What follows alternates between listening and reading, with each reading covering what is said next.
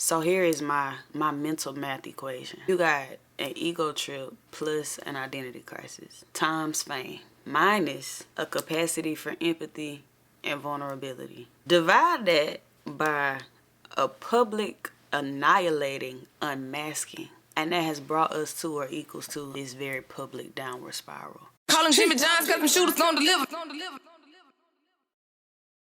What's up, y'all? I'm LYSH, and welcome back to another episode of M&Ms, Musings, and Mugs, where we have conversations you can sip on that never go cold. As you can see, I'm missing my mug today, but I realize when I'm recording by myself that it's a little bit difficult to sip from the mug without it being like an awkward editing pause. So I'm without today because I'm without my shooter today and without a guest today, but I hope that you have something cozy in your cup and that you are tuned in for a conversation that should be, and I pray is enlightening, educating, and empathy inducing.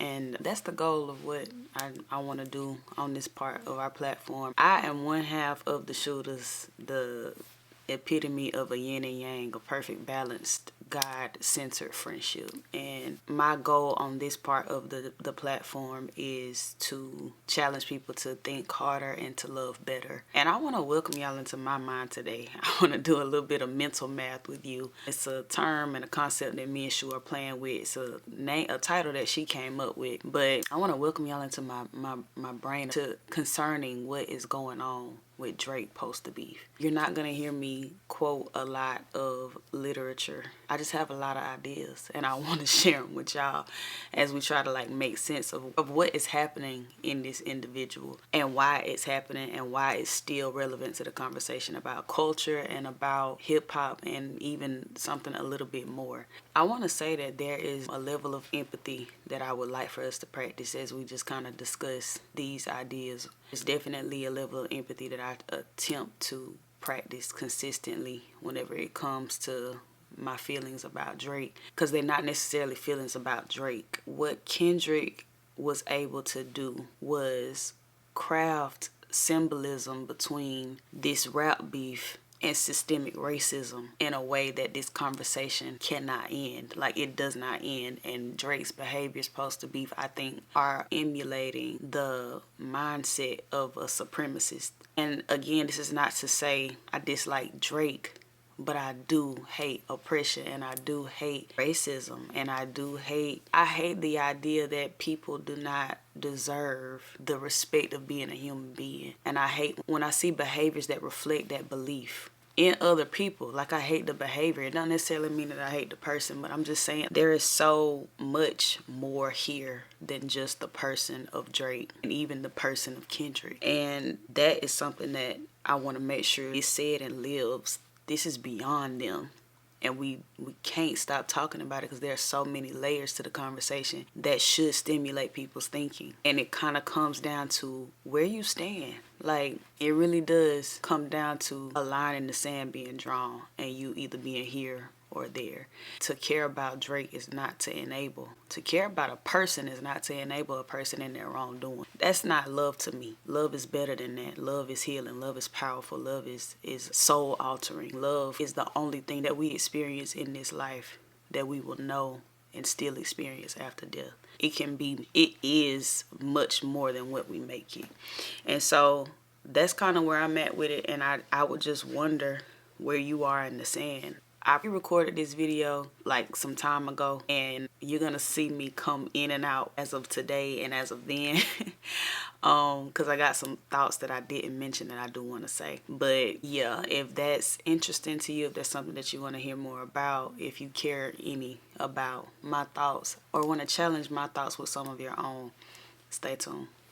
There's something happening that is adjacent to the conversation of Drake versus Kendrick. And today we're going to have a conversation about Drake's behaviors post the beef. I feel like whenever them red flags come up or whenever that thing comes up in us that makes us feel like something ain't right, that is the Holy Spirit challenging us to use discernment, to pay attention, to assess what is unsettled in us when we see something that is off-putting or see behavior that is off-putting in other people. There are a number of things that have been going on post the beef that have caused me to continue to look at Drake sideways, curiously. And the question that kind of keeps coming up for me is, why can't Drake let it go? Shooter and I have multiple videos talking about some of these things, but y'all know what's going on, and I don't want to get too deep into like what happened. I want to talk about why it's happening. So here is my mental math equation. You got an ego trip plus an identity crisis times fame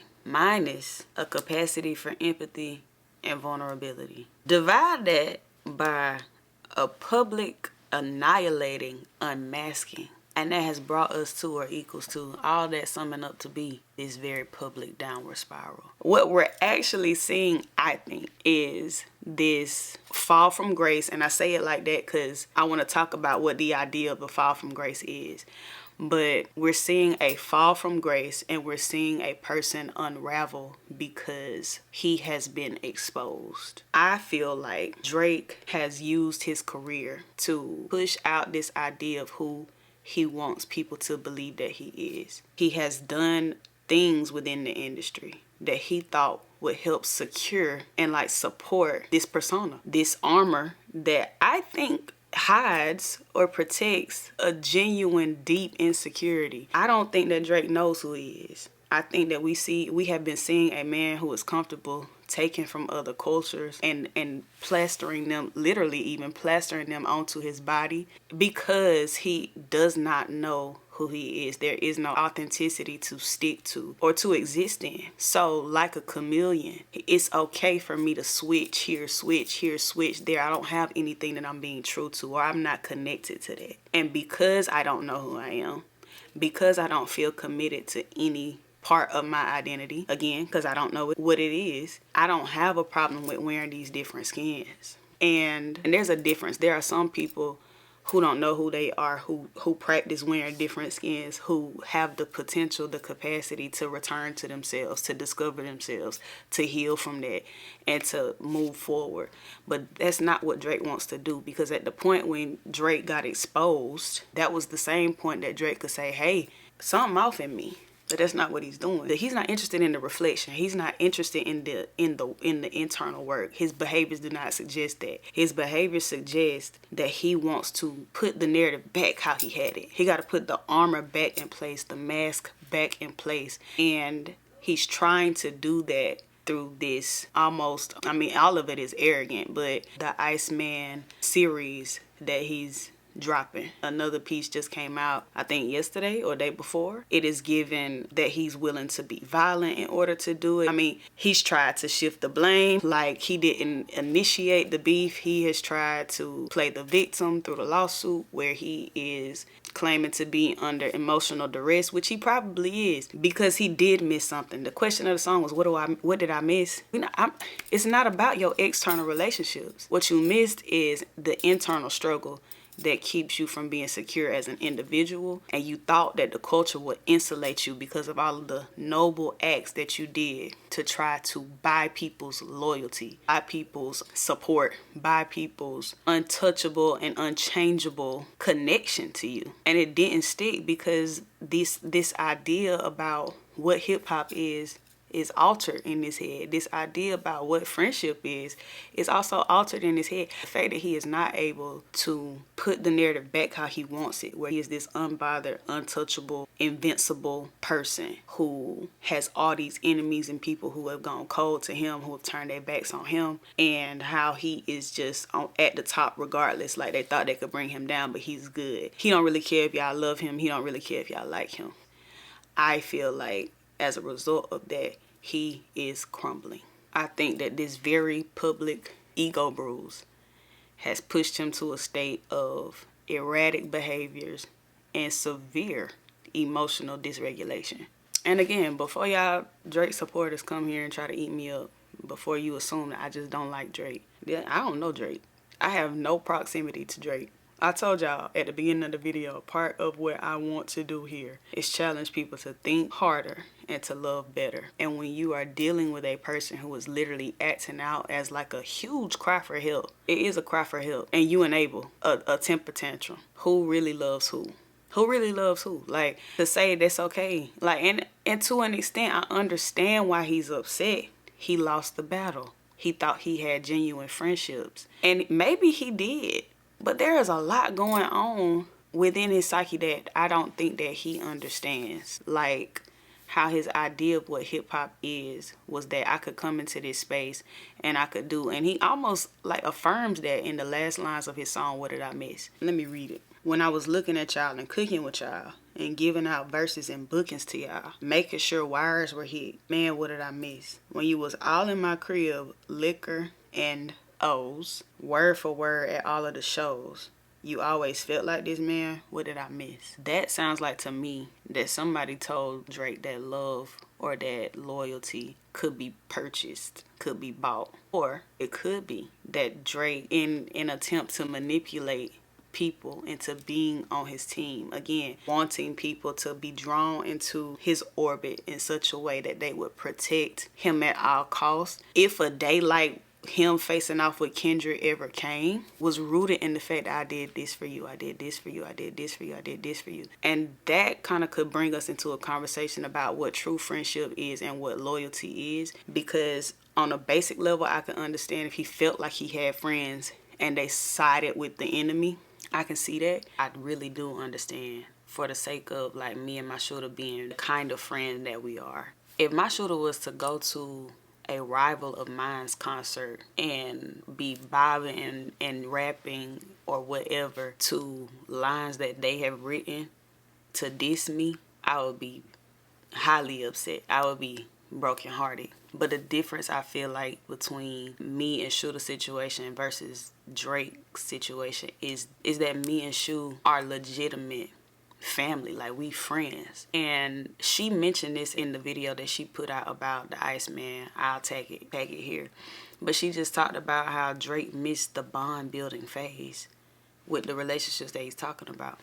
It would make sense to me if they were legitimate relationships, but how Drake handled them and what Drake has shown his mindset to kind of be is that he did things in order to put people in his camp that he thought would never change on him. And that's not friendship. Even though I still do empathize with him having his feelings hurt, he just genuinely didn't have the kind of relationships that he thought he purchased. And that's just that on that. If this was me and my shooter, be clear. If I'm having a downward spiral, she's gonna take my phone. Like, if I'm having a downward spiral at the kind of level that Drake is in terms of exposure and fame, etc., my shooter is gonna take my phone, and then y'all gonna see me going to a retreat, disappearing for a couple of months to get my mental together, because real love is not enabling. Real love is saying you tripping when you tripping. And it's also not letting somebody just suffer and gasp for breath and excuse them suffocating as if it's something that should be applauded just because they are who they are. But also, we're talking about the sport of hip-hop within black culture. On a very basic level, this is music. This is music. It was Drake who made this it's him or me. He's the bad guy, I'm the good guy. If you're on that side, you hate me. Because that's not what it had to be. The way he behaved in post beef is just reaffirming that somebody got to be the villain.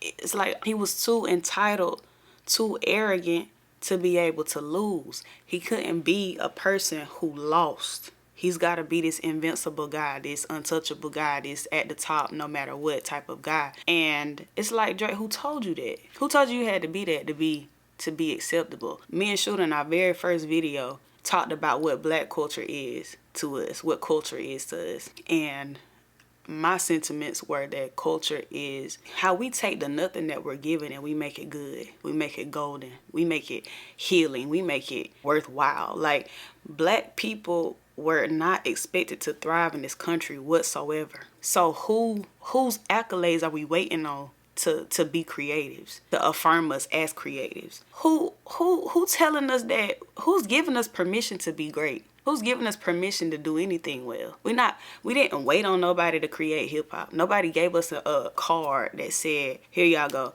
Y'all have the permission to put y'all's pain into music. That's not what happened. We just do things. By the grace of God, we do things and then it be dope and then everybody want to taste. That's a part of black culture. We don't need affirmations from people. But a lot of how Drake functions in my opinion is in that he needs that validation. He needs that validation. If Kendrick would not have been able to change the public's perception or offer another lens through which to see these actions that Drake has been doing for all of these years, Drake would not be as affected. That's my opinion. That's my opinion. But because people have been able to hear, one, he lost the beef. I mean, it's very clear he lost the beef. And he lost the beef because of public perception.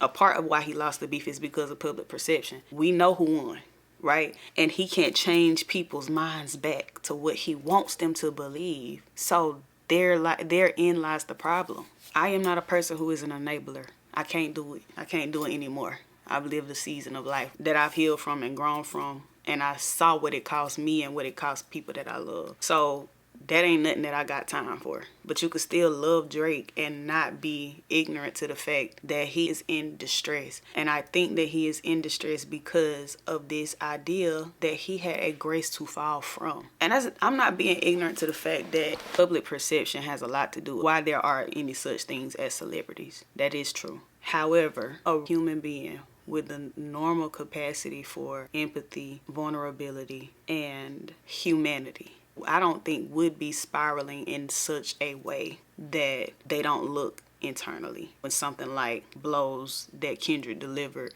in the diabolical way that he delivered them happens.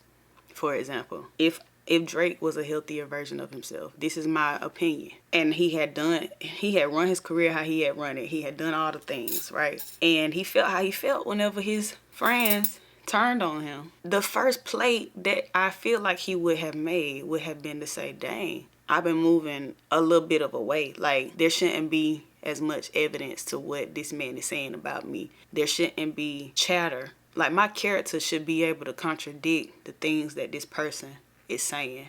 And I feel like I'm going off the hinges. I need some help. But only a person who is comfortable with vulnerability, who knows that they are human, who accepts themselves as such, would be comfortable with saying, I'm not doing well, and I'm not doing well in the public eye. I think that that's what he missed. I think that that's what he missed. Instead of having and giving himself space to feel those genuine emotions, and even considering why there is so much weight to the verses that Kendrick delivered in the music from the beef. He's working really hard to try to pluck it back out of our brains, out of our minds. Not working hard to change the behavior. Just working hard to get you not to believe what was said. And to relate that to this fall from grace, again, he cares a lot about what you think. Not necessarily about how he behaves, but just about how you see it. So here is the closing sip. Our behaviors tell a story.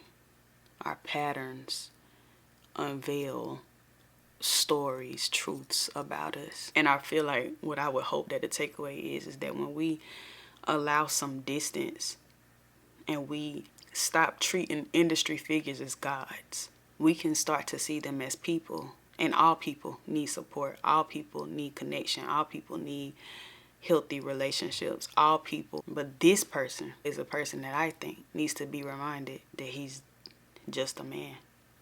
Not the Iceman, but just a man. I think that Drake is trying to tell us that he is willing to do anything to put the pieces back in the order that he had them. And that's a dangerous place to be in as an individual. Again, we're not looking at somebody who cares more about change behavior. We're looking at someone who is desperate to create and secure the narrative that he wants to be told. And I think that's a dangerous place to exist. And so when I consider that with all of the post-beef behaviors, it is strange, but it does make sense. That's that willingness to do whatever I gotta do. I will drop 100 gigs of footage that exploits people, that puts people in their private moments out for the public to see, just to try to give the idea, no, people want me, people like me, people need me. I did this, I did that. There will be songs like What Did I Miss, where the emotion may have been genuine in some areas, but the actions done beforehand that would have brought about the outcome that he desired were rooted in this idea that friendship is about doing one good thing and then assuming that nobody will ever have an opinion that's outside of your own. When I did this for you, it meant that you would only side with and see me ever, always. And that is not friendship. So true, the emotion could be genuine, and it probably and is genuine, but were your motives? And what is the kind of entitlement that brings a white mother on a track to preface his use of the N-word as a Jewish Canadian? The kind of insensitivity that would have him drafting a metaphor on one of the more painful realities we are living through as a country presently that directly affects the Latino community. And he doesn't do it to shed light on the injustice, on how inhumane and corrupt the actions taken by this population are, but to present himself as the ICE man, to embody what ICE is representing. And what is that? Why glorify and honor that? Drake's rollouts feel like there is some harbored enthusiasm over the seemed power that's being exercised over these people. It's like, for him, there's some sort of attraction. For him to want to embody the look and position of the foot soldiers of hatred and division. That double standard that my shooter talked about in her first Iceman video. That's something to question. Why does it exist? Historically, in terms of American history, who gets to do everything and anything to anyone and not be sorry about it and not be accountable for it? And are you, black, white, or whoever, being manipulated into glorifying supremacy or supremacist undertones because you stuck on being a Drake fan? I hate when we miss the bigger picture because we really just can't afford to. One more layer to the closing sip would be to pose a question. If we truly do admire the artists that we say we love, how can we hold space for their humanity without excusing their harm? And in terms of the conversation of systemic racism, I would challenge, like, what resistance is coming up in you to accept harm as harm, to accept a lack of accountability as a lack of accountability, to accept what is this downward spiral as just that. What in you is not able to see what Drake is doing for what Drake is doing, what Drake is suffering from or struggling with as that. What's keeping you from reaching acceptance? That's all I got for y'all today. I hope you enjoyed this video. Like, comment, subscribe. Make sure you caught up on all the Shootas content. We'll be back with another video next week. If you have thoughts about what the next video should be, or what you want to know what else is going on in my brain, then please do drop a comment to tell us what you would like to see. Tell me what you would like to see on M&Ms. I see y'all then.